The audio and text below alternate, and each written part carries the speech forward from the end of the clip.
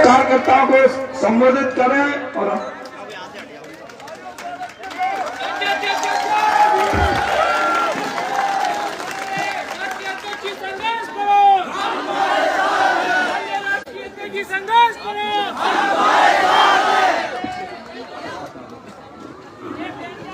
शुक्रिया।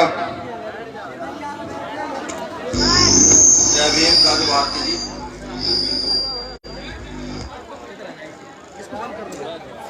और मध्य प्रदेश की प्रदेश कमेटी,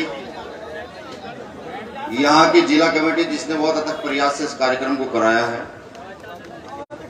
यहाँ की विधानसभा और तहसीलों की कमेटी, आजाद समाज पार्टी और भीम आर्मी की दोनों कमेटियां। देखो साथियों, कुछ कमियां हैं मेरे अंदर। ये जो आंदोलन पर जिसको हम लोग चला रहे हैं ना, ये महापुरुषों ने कहा कि ये तलवार की नोक पर चलने के बराबर है। पहले तो सुना करते थे, लेकिन अब जब ये आंदोलन चला रहे हैं 4-4 दिन सोते नहीं है तो परेशानी होती है। तो मंच पे भी जो लोग जिनको बात करनी है वो सड़क के पार चले जाए, जो मंच पे भी हैं, और यहाँ जो लोग नीचे बैठे हैं जिनको सिर्फ बात करनी है, सुनना नहीं है, वो भी सड़क के पार चले जाए। क्योंकि मेरा ये मानना है कि समय बहुत अमूल्य चीज है, इसको कभी बर्बाद नहीं करना चाहिए। अगर कहीं गए हो, या तो वहां से कुछ लेकर आओ या वहां पर कुछ देकर जाओ। तो मेरा निवेदन यही रहेगा, कुछ साथी बोले ना, क्योंकि पश्चिम उत्तर प्रदेश में रहते हैं, थोड़ा सा दिमाग वो गर्म टाइप का है। जब अपना 100% सहयोग देता है ना, तो आपसे भी 10% सहयोग की उम्मीद रखते हैं। माफी चाहूंगा किसी को बुरा लगा। बहुजन महापुरुषों के चरणों में नमन करते हुए और फूले साहू पेरियार की इस विचारधारा को जो साथी चला रहे हैं, उन सभी को सल्यूट करते हुए आज एक नाम विशेष कर दूंगा, शिव दयाल चौरसिया जी का। ये नाम आज याद इसलिए आया कि साथियों ने बताया कि यहाँ पर चौरसिया समाज बहुत बड़ी संख्या में रहता है। चौरसिया, मान्य शिव दयाल चौरसिया जी को पढ़ना चाहिए, संविधान सभा के सदस्य भी थे। भारत में जो लोक अदालतें लगती हैं, उनका आइडिया कहीं से आया तो मान्य शिव दयाल चौरसिया जी ने वो आइडिया दिया था। अब अगर मैं उनके द्वारा कही गई बातों को यहाँ कहना शुरू कर दूंगा तो कल यहाँ धार्मिक धुरंधर मेरे खिलाफ मुकदमे दर्ज कराएंगे, कहेंगे कि वो भीम आर्मी का कार्यकर्ता है तो यहाँ पर आकर के धार्मिक भावना को ठेस पहुंचा कर गया। तो उनको मैं चाहूंगा कि आप सब लोग पढ़ने का काम जरूर करें। मैं यहाँ बैठे हर उस साथी का शुक्रिया अदा करता हूँ, हर उस साथी का भी शुक्रिया अदा करूंगा जो मुझे ना चाहते हुए भी सुनने के लिए मजबूर है, क्योंकि मेरी आवाज वहां तक पहुंचेगी। उनका भी शुक्रिया अदा करता हूँ जो लोग यहाँ अपना घर का काम छोड़ करके, अपनी मजदूरी छोड़ करके यहाँ आए हैं, जो माताएं यहाँ अपना घर का काम छोड़कर आई है, उन सभी का शुक्रिया अदा करता हूँ। आप सभी को इनकलाबी जय भीम भी पेश करता हूँ। पहला सवाल आपसे यही है कि ये बताइए, सच सुनना चाहेंगे या नेताओं वाला भाषण सुनना चाहेंगे? देखिए, सच कड़वा होता है, और अगर छतरपुर के लोगों को सच सुनना है तो वो कड़वा घूंट पीने के लिए तैयार रहिएगा। बिल्कुल। अभी यहाँ पर एक बात चल रही थी कि यहाँ एक माननीय महात्मा जी, माननीय इसलिए लगा रहा हूँ कि देश के बहुत सारे लोग उन्हें मानते हैं, हालांकि मैं तो नास्तिक व्यक्ति हूँ, मुझे पता है। जिस समाज से मैं आता हूँ उस समाज को आज भी इस देश में अधिकारों से वंचित है। वो समाज आज बहुत सारी जगह, ये तो मध्य प्रदेश है, यहाँ तो वो रोज पिटता है, रोज उसकी हत्या है और रोज बलात्कार होता है। इसलिए क्योंकि उनको भारत की बहुत बड़ी आबादी जानती है और मानती है, वो यहाँ रहते हैं और वो उनका पर्चों का बहुत बड़ा बिजनेस है कि वो पर्चे निकालते हैं। मैं तो उनसे निवेदन करूंगा कि साहब, ये जो हत्याएं बलात्कार दलितों के साथ होती है, इनके भी पर्चे निकालें आप। निवेदन है मेरा, जिससे कि बलात्कार होने से पहले प्रशासन को पता लग जाए कि आज बलात्कार होने वाला है, उसको रोका जा सके पूरे देश में। और अगर आप ऐसा कर देते हैं तो मैं एक बार आपके पास मिलने और आपसे बात करने जरूर आऊंगा, जिस दिन आप 10 बलात्कारियों के इस देश में बलात्कार होने से पहले पकड़वा देंगे। हालांकि आडंबरी व्यवस्था, जिस व्यवस्था का हम खंडन करते हैं, जिस व्यवस्था का खंडन तथागत बुद्ध, सतगुरु रैदास, गुरु नानक, संत कबीर, गुरु घासीदास,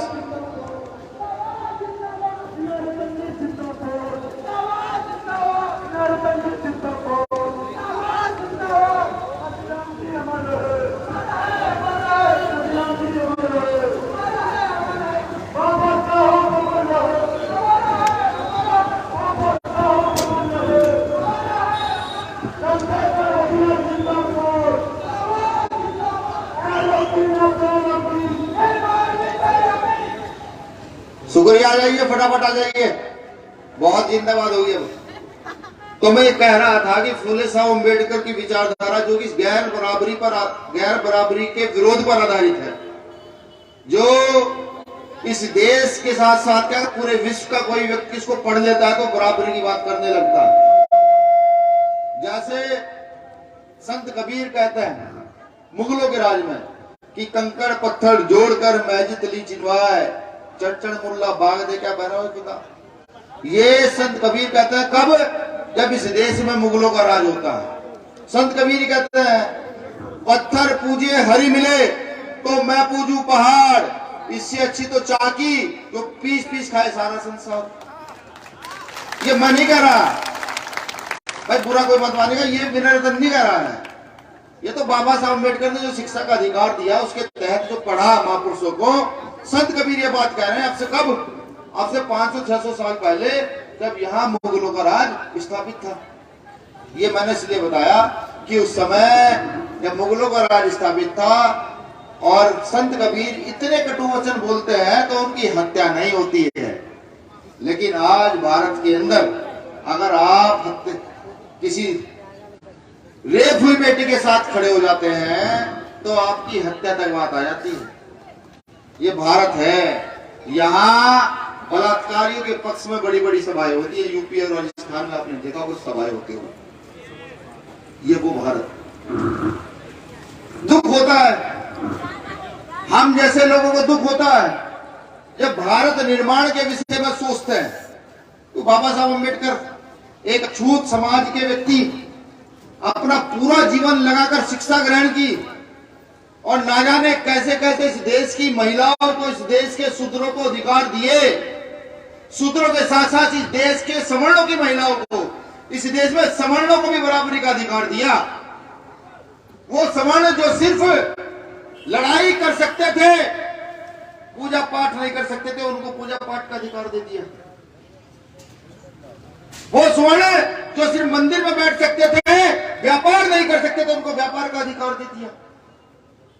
वो शूद्र जो कहीं खा पी नहीं सकते थे, किसी कुर्सी पर नहीं बैठ सकते थे, अच्छे कपड़े नहीं पहन सकते थे, आज उससे शूद्र को अधिकार दे दिया। देखिए कितना अच्छा कुर्ता कलफ वाला पहना हुआ बाबा साहब अम्बेडकर की देन। अभी थोड़ी देर में तालियां बजनी बंद होगी, चिंता मत कीजिए। इतने अधिकार देने के बावजूद और भी बाबा साहब अम्बेडकर कुछ देकर के गए। और ये जो बात मैं आपको बताने जा रहा हूं, ये राजनीति नहीं है, ये राजनीति का इसमें 1% हिस्सा नहीं है। अगर ये कुछ है तो मेरा ये मानना कि इस देश के लिए देशभक्ति है। जो इन बातों को समझेगा, इन बातों पर बात करेगा, वो इस देश का देशभक्त हो सकता है। इतने अधिकार देकर के उस अधिकार में एक अधिकार बाबा साहब अम्बेडकर लोकतंत्र का देकर गए और क्या कर गए कि जिसकी जितनी संख्या वारी उसकी उतनी हिस्सेदारी। लेकिन अफसोस, जिस समाज में मैं जन्मा हूं, जिस समाज की बेटियों का शोषण सरेआम होता है, वो समाज जो रोज पिटता है, रोज बिकता है, ना जाने उसके साथ क्या क्या होता है। अफसोस उस समाज को जाग जाना चाहिए था, लेकिन वो आज भी गहरी नींद में सो रहा है। वो आज भी चिल्लाता है, वो आज भी चिल्लाता है जब उसकी जमीन का टुकड़ा छीन लिया जाता है, नेताजी के दर पर जाता है कि मेरी जमीन का टुकड़ा छीन लिया गया। वो आज भी चिल्लाता, भी फोन आते हुए फोन आया, भाई एक लड़की का रेप हो गया और वहां का जो पुलिस कर्मचारी है वो उसका मुकदमा दर्ज नहीं कर रहा। आप क्या सोचते, इसका कारण कौन है? इसका कारण वो लोग हैं जो गलत करते हैं, या वो लोग हैं जो अपने अधिकारों को समझ नहीं पा रहे हैं, जिनके हाथ में ताकत होनी चाहिए थी, वो भिखारी बने बैठे हैं, वो लोग हैं। जो बाबा साहब अम्बेडकर कह गए कि जिसकी जितनी संख्या हमारी उसकी इतनी हिस्सेदारी। इस देश में मजदूरों की संख्या बहुत ज्यादा है। ये देश किसानों का देश है, यहाँ किसानों की संख्या सबसे ज्यादा है। जब यहाँ किसानों की, मजदूरों की, छोटे व्यापारियों की संख्या इतनी ज्यादा है, तो इस देश पर राज करने वाले वो लोग कौन हैं जिनका दिल नहीं दहलता रेप होने पर, बलात्कार होने पर? क्यों नहीं दहलता? गलत कौन है? गलतियां किसकी हैं? उनकी गलती निकालो। नहीं, ये गलती आप सब लोगों की, जितने लोग यहाँ बैठे हैं, जो लोग मुझे सुन रहे हैं, ये उनकी गलती। इस देश के अंदर देशद्रोही को देशभक्त बनाकर पेश किया जाता है, लेकिन नहीं तो गूगल पर सर्च मारिएगा, वीर सावरकर लिखिएगा, वीर सावरकर के माफीनामे, उसको इस देश की एनसीईआरटी की बुकों में पढ़ाया जाता है, भारत के विडंबना देखिए। लेकिन बाबा साहब अम्बेडकर को नहीं पढ़ाया जाता, क्योंकि जानते हैं कि बाबा साहब अम्बेडकर को पढ़ा दिया इस देश के अंदर जो गैर बराबरी की विचारधारा स्थापित है, वो विचारधारा झटके में टूट जाएगी। वो जानते हैं, वो जानते हैं कि बाबा साहब अम्बेडकर की विचारधारा इस देश में लागू हुई तो ये देश, जैसे कभी सम्राट अशोक के समय पर एक अखंड देश था, वही देश पुनः स्थापित हो सकता है। वो जानते हैं। लेकिन अफसोस, बाबा साहब अम्बेडकर को मानने वाले उनके अनुयायी इस ओर ध्यान नहीं देते, इस ओर नहीं चलते। बाबा साहब अम्बेडकर ने कहा, शिक्षा सेवनी का वो दूध है, जो पिएगा वो दहाड़ेगा। आज मैं देखता हूं, जब जिलों में घूमता हूं, किसी एसएसपी का डाटा निकालता हूं, तो बहुत सारे एसएसपी डीएम ऐसे निकलते हैं जो गरीब परिवार, निम्न परिवारों से निकल करके डीएम और कलेक्टर बन गए हैं। कैसे? कौन सा चमत्कार है? किसी बाबा ने पर्चा तो नहीं निकाला होगा। पर्चा निकाला था डॉक्टर बाबा साहब अम्बेडकर ने कॉन्स्टिट्यूशन में, कॉन्स्टिट्यूशन के 21 में अधिकार देकर कि भारत के प्रत्येक नागरिक को फ्री शिक्षा का अधिकार है इस देश के अंदर। हम नहीं जानते, हम बिल्कुल नहीं जानते। हम प्राइमरी स्कूल में जाकर टीचर से सवाल नहीं कर सकते, हम अपने एमपी से सवाल नहीं कर सकते कि हमारे स्कूल की बिल्डिंग खराब है, इसे ठीक करा दो। कौन है निकम्मा? ईमानदार से बता, हाथ उठा के बता, बहुत तालियां बजी थी। कौन है निकम्मा? वो लोग हैं, हम लोग हैं, हम है ना? क्यों? सवाल पूछना भूल गए हो हम लोग, सवाल पूछना भूल गए हैं। और ये सवाल पूछना क्यों भूल गए हैं? जो जानकारी नहीं रखता उसमें सवाल पूछने की हिम्मत नहीं होती। हम जैसे लोग रखते हैं जानकारी, बिल्कुल रखते हैं। आर्टिकल 19 आजादी देता है, अपनी बातों को अभिव्यक्ति की आजादी देता है कि कहीं गली चौक चौराहे पर खड़े होकर मैं कहीं पर भी बोलूं, ये मेरा कॉन्स्टिट्यूशन मुझे आजादी दे रहा है कि अगर कहीं गलत होता है तो मैं किसी भी चौराहे पर खड़े होकर अपनी बातों को बुलंद कर बताना शुरू कर दूंगा। आज देश की स्थिति देखिए कहां जा रही है। बाबा साहब अम्बेडकर ने कहा, जिसकी जितनी संख्या भारी उसकी उतनी हिस्सेदारी। हम ये कहते हैं, जिसकी जितनी संख्या भारी उसकी उतनी जिम्मेदारी। सोचिए देश कहां जा रहा है। इस देश का रेलवे भी कहा, एयरलाइंस भी की, LIC भी की, BSNL भी कहा। धीरे धीरे इस देश का व्यापारीकरण कर दिया गया और हम मौन। अगर किसी देश की वर्दी को बेच दिया जाए, गौर से सुनिएगा सब, विश्व के किसी भी देश की वर्दी को बेच दिया जाए जहां पर मानव जीवन है, तो उस देश का बर्बाद होना तय है। इस देश की वर्दी को बेच दिया गया, अग्निवीर के रूप में बेच दिया गया। कल क्या होगा? वो अग्निवीर टाटा बिरला के कदमों में होगी, उनके पैसों पर चलती होगी। तो क्या न्याय की उम्मीद करते हैं आप लोग? हो जाएगा न्याय? आज तक तो नहीं हुआ, आगे कैसे हो जाएगा? मैं कहता हूं लोगों से भी, जो सिर्फ धर्म और जाति के विषय में सोचते हैं, जो भारत माता की जय कहने को देशभक्ति और देश प्रेम बताते हैं, जो सिर्फ जय श्री राम के नाम पर ये सोचते हैं कि यही देशभक्ति है, मैं तो कहता हूं नहीं। यहाँ सरकारी कर्मचारी भी हैं, यहाँ व्यापारी भी हैं, यहाँ मजदूर भी है। देशभक्ति कहीं है तो खुद से करप्शन खत्म करना शुरू कर दीजिए, रिश्वत देना और रिश्वत लेना बंद कर दीजिए, उसे देशभक्ति कहा जा सकता है। यहाँ के पूर्व प्रधानमंत्री एक बात कहते हैं, जब मैंने उन्हें पढ़ा तो एक लाइन पढ़ी, वो मैंने 50 बार पढ़ी। उन्होंने कहा, भारत की उन्नति का रास्ता भारत के खेतों और खलिहानों से होकर गुजरता है।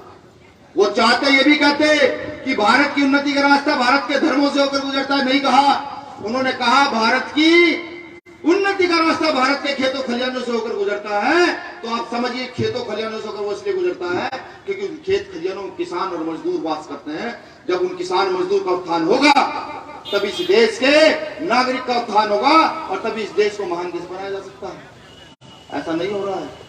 आज तो जातीय प्रभाव इतना प्रबल है कि हम बोलते हैं, कल ही मैं ग्वालियर से जब आ रहा था तो मध्य प्रदेश की सीमा के पीछे से कुछ एक गाड़ी लगी। मैं उन भाइयों को भी कहता हूँ, भाई गाड़ी पीछे क्या लगाते हो, वीडियो क्या बनाते हो? अगर तुम्हें गोली मारने का शौक है तो बताइए, अगर तुम्हें वैचारिक डिबेट का शौक है तो बताइए, तुम्हें जिस चीज का भी शौक है उसी का बताइए।